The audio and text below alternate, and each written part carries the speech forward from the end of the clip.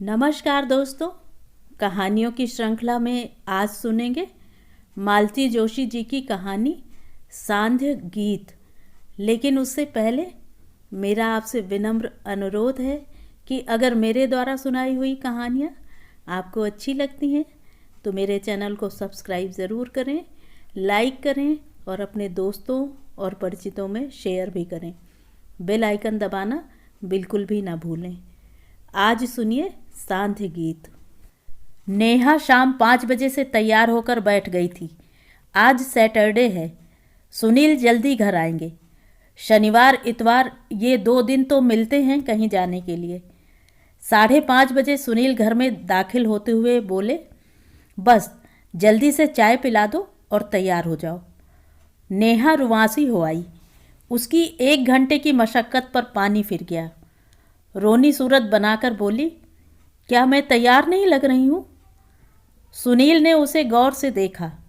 Sorry, मेरा मतलब था कोई अच्छी साड़ी पहन लो। और उन्होंने नेहा की अलमारी से लाल बॉर्डर वाली पीली कांजीवरम निकाल कर दी। यह पहनो, गले में सेट भी डाल लेना। बाप रे, इतनी भारी साड़ी! जाना कहाँ है? किसी रिलेटिव के यहाँ? हाँ, रिलेटिव भी कह सकती हो। मैं जहाँ पेइंग गेस्ट था वहाँ जाना है। नेहा नए नवेले पति की बात टाल नहीं सकी और तैयार होने चली गई। साड़ी की किनारी से मैचिंग करता माणिक वाला लॉकेट डाला और कर्णफूल भी। नेहा पूरे रास्ते सोचती रही कि क्या इस तरह सज धज कर जाना अच्छा लगेगा। कहीं वे लोग ये ना सोच लें कि अमीरी का रौब डालने आई है। जो अपने दड़बे में एक कमरा किसी तीसरे के लिए खाली कर देते हैं, उनकी आर्थिक मजबूरी वह समझ सकती है। ऐसी जगह गहनों कपड़ों का प्रदर्शन क्या ठीक रहेगा? उसका मन संकोच से भर उठा था। गाड़ी एक भव्य व खूबसूरत बंगले के सामने जाकर रुकी। सुंदर लॉन और फूलों से सजा बगीचा और उसके बीच खड़ी वह भव्य कोठी। नेहा को लगा आउट हाउस में वे लोग रहते होंगे, पर सुनील ने सदर दरवाजे की ही घंटी दबा दी। एक लड़के से नौकर ने दरवाज़ा खोला। हेलो छोटू, आंटी हैं? भीतर से आवाज़ आई, आओ तुम्हारा ही इंतज़ार हो रहा है। नेहा ने देखा, सुरुचिपूर्ण ढंग से सजे हुए ड्राइंग रूम में आभिजात्य की प्रतिमूर्ति एक महिला बैठी स्वेटर बुन रही हैं। सुनील को कहना नहीं पड़ा, नेहा ने आगे बढ़कर उनके पैर छू लिए। उसका माथा चूमकर ढेर आशीर्वाद देते हुए बोली, सुनील, बड़ी सुंदर बहू लाए हो भाई। नेहा शर्म से लाल हो गई। अपना सजना संवरना उसे सार्थक हुआ लगा। तभी एक लहीम शहीम महिला कमरे में दाखिल हुई। नमस्ते बुआ जी, सुनील ने कहा तो नेहा ने भी नमस्ते कर ली। तभी आंटी ने ठहाका दिया, बुआ जी हैं। नेहा ने इशारा समझकर उन्हें प्रणाम तो कर लिया, पर वह उन्हें इस घर से नहीं जोड़ पा रही थी। उन्होंने 50 का नोट उसे देना चाहा तो उसने कातर दृष्टि से सुनील को देखा। आंटी बोली, ले लो, बड़ों का आशीर्वाद लौटाया नहीं करते। बुआ जी ने उसकी बलैयां लेते हुए कहा, छोटू हमें बताइन कि सुनील बाबू नई बहुरिया के संग आए हैं, तो हम कहें कि हम देख आई। कैसी लगी? सुनील ने शरारत से पूछा। बहुत सुंदर है, बुआ जी बोली। आंटी से बोली, सुनील बाबू भोजन तो करिए ना, कछु स्पेशल बनी का? ज़रूर, पहले चाय तो पिलाइए। वे भीतर चली गईं तो सुनील ने कहा, बुआ जी का काम बड़ा ज़ोरदार है। She is hard taskmaster. Kitchen ऐसी मुस्तैदी से संभालती हैं कि कुछ देखना नहीं पड़ता, और इन्हें बहुएं रसोई में पाँव नहीं देने देती थी। सोचो। इतने में छोटू चाय ले आया। ऐसा करो तुम, इसे अपना कमरा दिखा दो, मैं किचन में कुछ देख लूँ। मैं कुछ करवाऊँ? नेहा ने पूछा। नहीं, अगली बार तुम्हारी मदद लूँगी, पर तब कांजीवरम मत पहनना। मैं अक्सर सूट पहनती हूँ, पर आज इन्होंने जिद की कि साड़ी पहनो। उसने बिल्कुल ठीक किया, नई बहू ऐसे ही अच्छी लगती है। थैंक यू सुनील, तुमने मेरा इतना मान रखा। नेहा को लगा जैसे उनकी आवाज़ हल्के से कांप गई हो। सुनील के साथ ऊपर आई तो चकित रह गई। घर है कि महल? 4 विशाल bedroom, attached toilet, dressing room और बालकनी के साथ। बाहर की तरफ चारों कमरों को जोड़ती हुई विशाल बालकनी जो तरह तरह के गमलों से सुसज्जित थी। हर चीज साफ सुथरी, सुरुचिपूर्ण। यह तो 3 स्टार होटल है। मैं तो पता नहीं क्या सोच बैठी थी। ये इतना शानदार क्यों है पता है? ये आंटी के बच्चों के कमरे हैं। आंटी के बच्चे हैं? 3 हैं। 2 बेटे हैं, दोनों यूएसए में हैं, बेटी कनाडा में है। बेटे इन्हें सपोर्ट नहीं करते क्या? वे चाहें तो बच्चों को खुद सपोर्ट कर दें। अंकल इतना छोड़ गए हैं। फिर ये पेइंग गेस्ट? ये तो अकेलापन दूर करने का तरीका है। वह बोली, मुझे तो अचरज होता है कि आंटी इस उम्र में ये बवाल पाले हुए हैं। नहीं तो आमतौर पर औरतें तो ऊब जाती हैं। मेरी माँ खुद दिन में 3 बार कहती हैं कि इस चूल्हे चौके से मरने के बाद ही मुक्ति मिलेगी शायद। दोनों स्थितियों में बहुत अंतर है। तुम्हारी माँ पर यह काम लादा हुआ है, जबकि आंटी इसे स्वेच्छा से कर रही हैं। दूसरे आंटी करती नहीं हैं, करवाती हैं। तुम्हारे भैया भाभी को भी सोचना चाहिए कि माँ की उम्र अब कष्ट करने की नहीं, सिर्फ सुपरविज़न करने की है। रसोई में हेल्पर बहुत ज़रूरी है। वही तो, इतने दिनों तक तो मैं थी, अब शायद माँ अकेले ही खटती होंगी। माँ की याद आते ही नेहा का गला भर आया था। नीचे आए तो देखा आंटी मोगरे की कलियां चुन रही हैं। सोचा तुम्हारे लिए गजरा बना दूं। शुक्र है गजरे लायक तुम्हारी चोटी तो है, नहीं तो आजकल शादी के दूसरे दिन लड़कियां बाल कटा आती हैं। सुनील ने नेहा को जैसे ड्रेसअप होने को कहा था, वह समझ गई थी कि लोग पुराने विचारों के होंगे, इसलिए उसने चोटी डाल ली थी। इस निर्णय पर उसने खुद को शाबाशी दी। वे लोग लॉन में बैठ गए थे। नेहा ने कहा, आंटी आपका घर तो सुंदर है ही, बगीचा उससे भी बढ़कर है।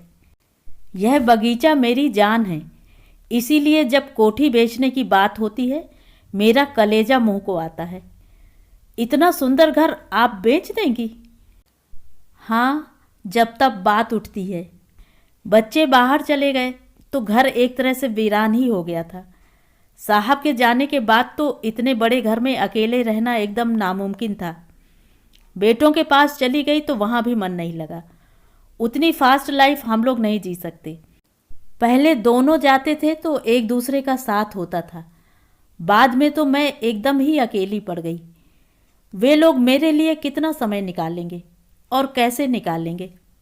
फिर सोचा, अगर अकेलापन ही भुगतना है तो अपने घर में क्यों नहीं, कम से कम यहाँ मेरी जड़ें तो हैं। उन्हीं दिनों बुआ जी मुझसे मिलने आईं। बोली, सांस रहते अपना ठिकाना मत पेंचना, नहीं तो मेरी तरह चकर घिन्नी हो जाओगी। ये बुआ जी आपकी ननद है? हाँ, साहब की चचेरी बहन है। इनके पति नहीं रहे तो चारों बेटों ने खेत घर बेचकर पैसा आपस में बांट लिया। तय हुआ कि माँ बारी बारी सबके पास रहेंगी। अपनी बारी से एक दिन भी ज़्यादा कोई नहीं रखता था। 2 साल में ही हाँप गई बेचारी।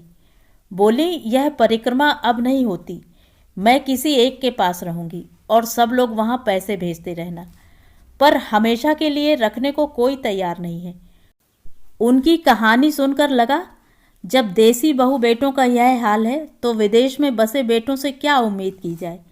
वहाँ तो बूढ़ों को घर में रखने का रिवाज ही नहीं है, इसलिए गेस्ट हाउस शुरू किया। हाँ, यही समझ लो, अकेलापन काटने का कोई साधन तो चाहिए ना। आप सोशल वर्क नहीं करती? सुनील ने आंखें तरेर कर नेहा की ओर देखा। सोशल वर्क मतलब झुग्गियों में जाकर पढ़ाना? ना बाबा, मैं घरेलू औरत हूँ। घर, बच्चे, यही मेरी जिंदगी रही है। न कभी क्लब ज्वाइन किया, न सत्संग में रुचि रही। अब इस उम्र में नई आदतें नहीं डाल सकती। आंटी, मैं कह रहा था कि आंटी जो कर रही हैं वह बड़ा पुण्यकार है। घर से दूर रहने वाले बच्चों को माँ का प्यार और घर का माहौल दे रही हैं। ये किसी सोशल वर्क से कम नहीं है। तुम लोग मेरे लिए जो कर रहे हो ना, इसके मुकाबले में यह कुछ भी नहीं है। तुम लोगों ने मेरे जीने को नया अर्थ दिया है। नहीं तो बच्चों की गृहस्थी में फालतू सामान की तरह पड़े पड़े अपनी ऊर्जा बर्बाद करती रहती। मैं तो अपनी बेटी को धन्यवाद देती हूँ कि उसने मुझे एक दिशा दे दी। उसका देवर किसी ट्रेनिंग में 3 महीने के लिए आया था। बिटिया ने लिखा कि अपना घर होते हुए वह बाहर रहे, अच्छा नहीं लगेगा, इसलिए उसे निमंत्रित कर लो। बेमन से मैंने हाँ की। उसे ऊपर का कमरा दे दिया।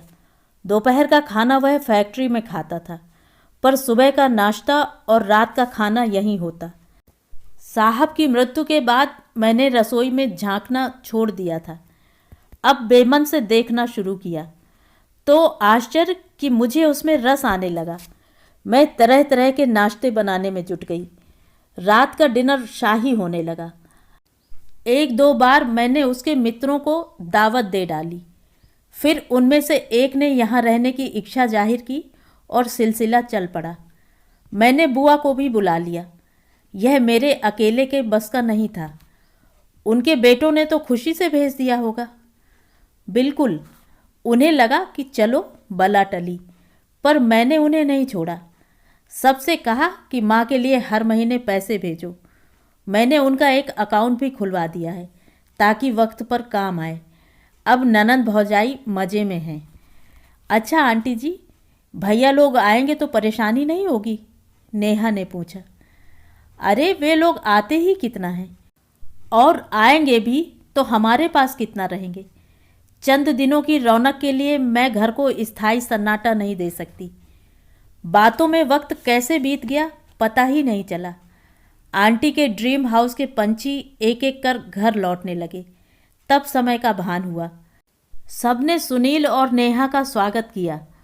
उनको पता रहा होगा क्योंकि कोई बुके लाया था, कोई आइसक्रीम का फैमिली पैक।